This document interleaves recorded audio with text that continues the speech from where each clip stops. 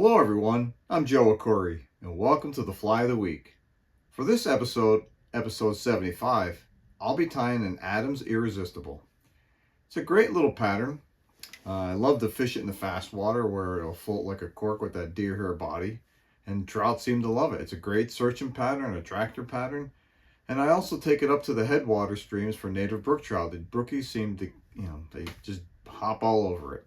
So yeah, this is a good one to add to your arsenal, guys. So, without further ado, let's get started. Okay guys, here we go. The Adams Irresistible. Start by placing your hook in the vise, making sure that the shank of the hook is parallel or relatively parallel with the tabletop. And the first step is placing the wings on. So in order to do that, we're going to use our thread as our indicator, so to speak. We're going to wrap to the center of the shank of the hook, clip off your excess, and then wrap back up half of that. That's where your wing is going to get set. That's our sweet spot. So now, the wings for this fly are made from Grizzly Hackle tips, and I selected a Hackle or a Grizzly cape or section that has relatively large hackles, wide hackle fibers, and you'll find this toward the bottom of the neck. But like here is a genetically raised one. You can see how fine they are, so that's not going to do the trick. So this is more like a domesticated Grizzly Hackle cape section or a piece. And you notice how much wider they are, and that's what I'm searching for. And you can also use like a grizzly hen back. So yeah, so you're going to take two of those off that neck piece, and I selected these two, and notice that there's a curve to them. So I want them to oppose each other as opposed to converging into each other. So I'm going to oppose them so that they naturally separate like so. And I'm going to line them up. See how nice that looks. And then I'm going to measure the shank of the hook, including the eye, for the wing length. That looks about right. I think I'm a little short on this end here. There we go. So now I'm going to carefully place those wing hackle tips right in that sweet spot. Excellent. And fasten it down. So clip off your excess and cover up any remainder, and then just pick up on your wings and dam up some thread in front like so. There you go. And then do a figure eight. One or two should do the trick. There's one full one, two full ones, and then a wrap or two in the front and a wrap or two in the back just to lock it in. And the end result is a nice separated wingtips.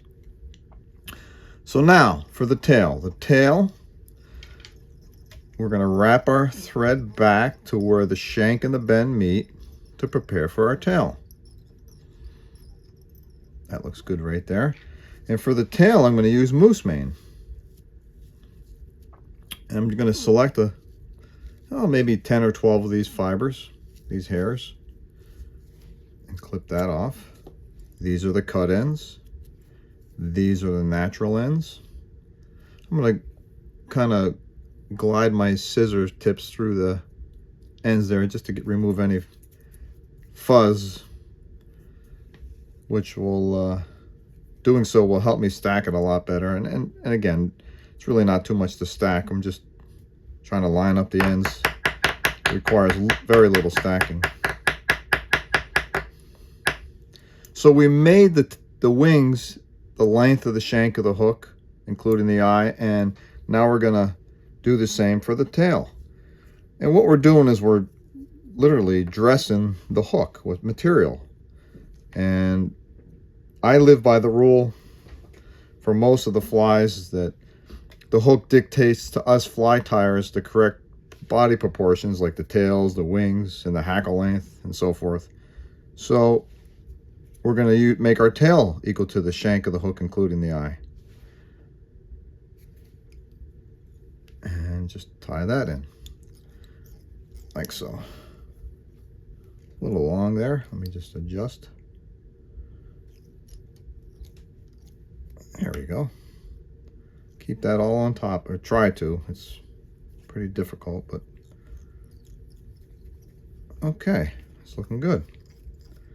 So I use this pattern. This Adams Irresistible is a great searching pattern for me, at least, and I like this thing will float like a battleship because the body is all spun deer hair, and it's, like I said, it floats like a battleship, and it's a great searching pattern, and trout like them.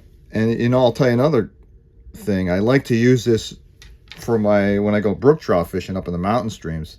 Man, the brookies are all over this fly. So yeah, it's a good little pattern. So now for the fun part. We have to spin our deer hair. It's a deer hair body. So we're going to spin it all the way up the shank of the hook and leave about 1/8 of an inch behind the wing and 1/8 of an inch in front of the wing. So for that, I'm going to use my coastal deer hair. I'm sorry, Comparadun deer hair. And I'm going to take its body hair, and it's hollow and it floats really well.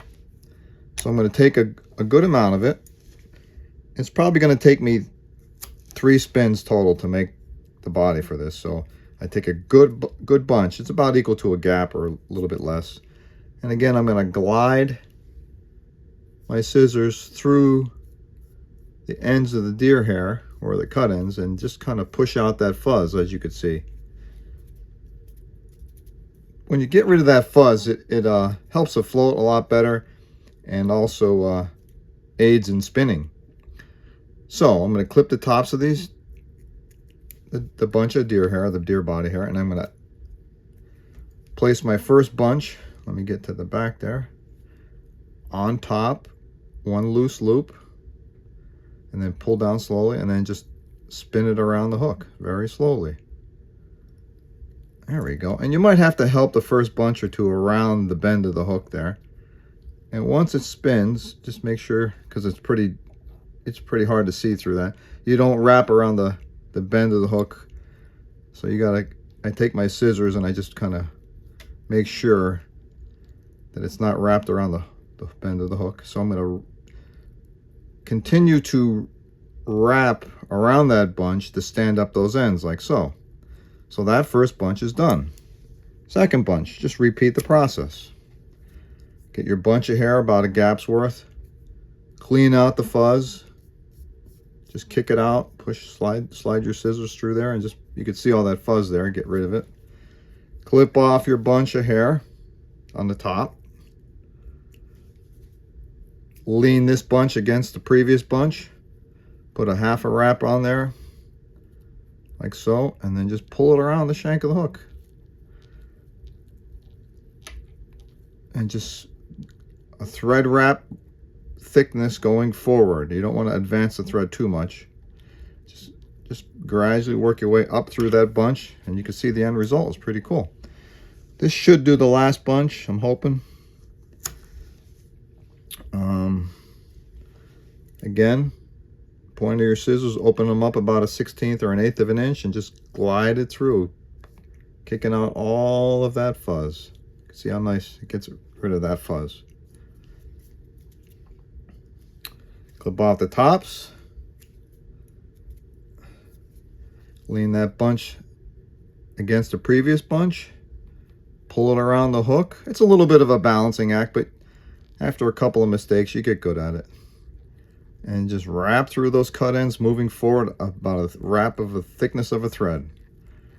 Okay, we achieved our body. Now the fun part begins.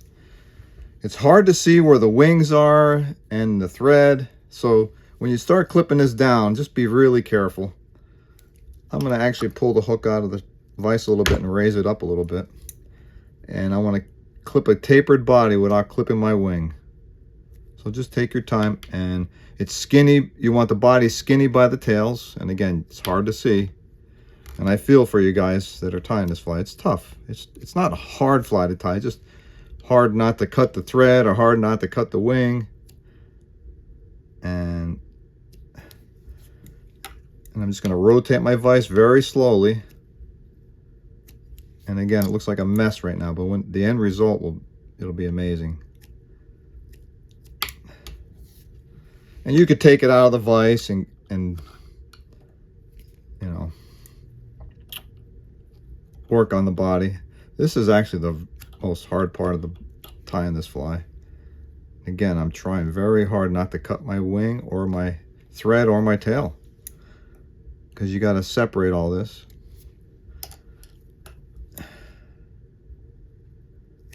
Just take your time. It's getting there.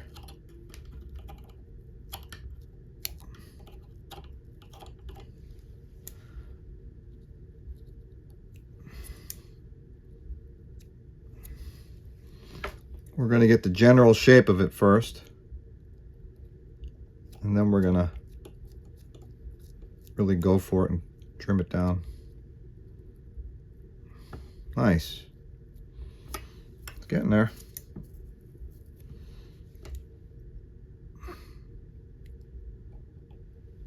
But yeah, this, I can't say enough about this pattern. It's it's just a great little bug. I mean, honestly, I mean, I like fishing this in the fastest water I could find, in the pockets, and it's a great searching pattern. And not only that, like I said previously, the brookies are all over this fly. I guess it kind of looks like a moth to them or something, because in the headwater streams there's not much biodiversity, and they just love this fly. Okay, so now I got a good shape. Trying to keep my thread out of the way. I'm going to start cutting this down a little bit now. I'm going to go to a little bit sharper pair of scissors here for the finer work. And I'm just going to try very carefully to get this down. This is very time consuming.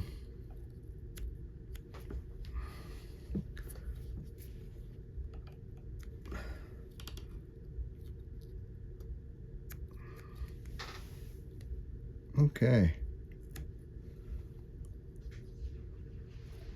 I think we're getting it now.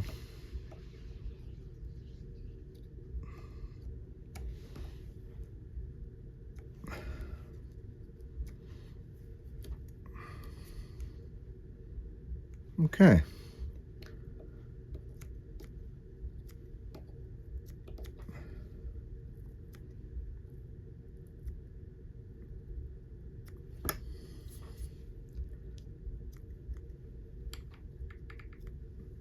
That's about as close as I'm going to get it, guys, for now.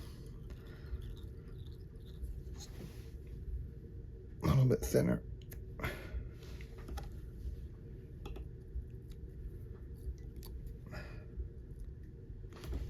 Let's leave it at that. So now for our hackles. We are going to tie in a grizzly hackle and a brown hackle together. We're going to mate them together. I'm going to go with the grizzly on top. It really doesn't matter. So again, there's a natural curve to these feathers, these hackles. I'm going to want them curving over the top of the fly, like so. Down and over, not up and away, down and over. So first I'm going to strip off the downy fuzz to expose the stem for each feather.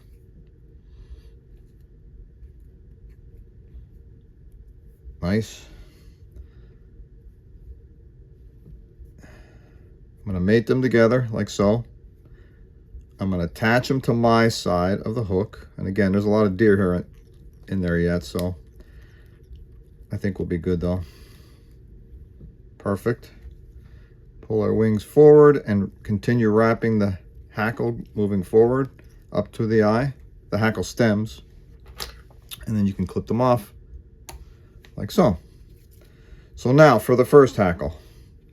I want this thing fully hackled, meaning I'm going to wrap at least 3 or 4 wraps behind the wing and reciprocate that with the same amount in front of the wing. So I want to get these hackles wraps right up against the wings. And these hackles are quite long, so I don't need a hackle pliers. I think I got one more wrap in there more than the back, but that's all right. Just looking for a little bit of balance here. Okay, that looks pretty good. Now for the second hackle. Gotta sneak that in there. Try to get at least 2 or 3 in there. 2 is the magic number, guys, for this one.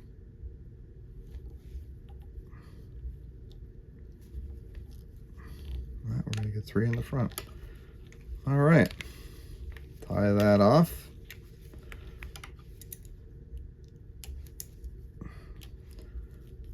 Looking pretty good. Body's a little thick yet, but we'll have to deal with that later. Clean up the front a little bit, form your head. Tie your finishing knot.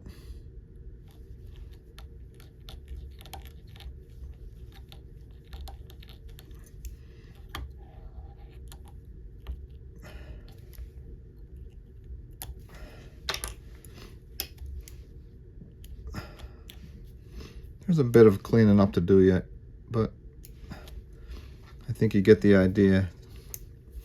Yeah, so this is the fly of choice for me as far as a searching pattern in the fast water, and also for my brook trout streams. Again, the brookies can't seem to get enough of this pattern. So there you have it. Body's a little thick yet, but you can keep whittling away at that.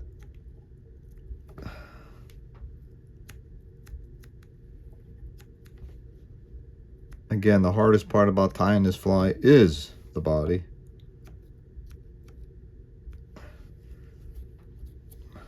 But I think that looks pretty good for now. Yeah. So there you have it, guys. Adams Irresistible. I want to thank you for joining me in this episode of the Fly of the Week. And if you like the content I'm pushing, please hit the notification bell and be sure to subscribe. Tight lines, guys.